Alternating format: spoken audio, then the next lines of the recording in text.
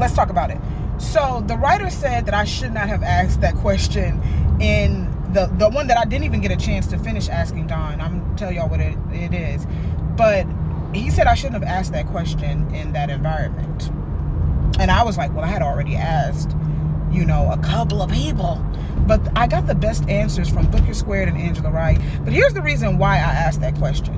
I did poll some people, let people know that we are going to CBC. And I said, hey, email me some of your questions. And I did get a lot of people saying, why didn't anybody warn us about Project 2025? That was the question that I had a lot of, was if we knew, right, about Project 2025. Because you have this meme, you have people tweeting this, you have Joy Reid saying this at the town hall at CBC. The other side began thinking about what became Project 2025 in 1988. Like, okay, well, if the people fighting against it knew, then why wasn't there a strategy to combat what is happening right now? And then, what is the strategy? So that was the question. He didn't answer the question. Obviously, I didn't get a chance to finish it, and we danced. But listen to this answer by Booker Squared. That is a good question. And the only thing I can think of is, first of all, there's hella anti-blackness across the political spectrum. I don't care if it's right or left.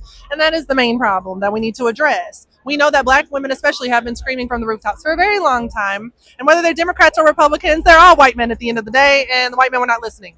And then Angela Rye had a different perspective. Her answer to it was basically that the leaders that are supporting the disbarred communities have been fighting on all fronts. I think that black folks in this country have been traumatized since 1619. And so when you're asking people to pay attention to a different level of trauma, on a macro level, for example, when they're experiencing micro level trauma every single day. I can't pay my bills. I don't have enough food to feed my family. I'm not making enough money at my job. I don't have clean drinking water. The air I breathe is not safe. My neighborhood is not safe. When people are experiencing micro level trauma every single day, to ask them to turn their attention away from their problems onto the broader national problems, who has time for that? Both of their answers were the best answers that I received during CBC. A lot of people didn't have answers to that question because a lot of them had that same question. Anyway, I am on my way to eat lunch with Lennox because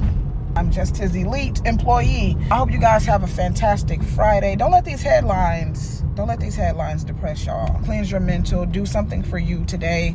Bye.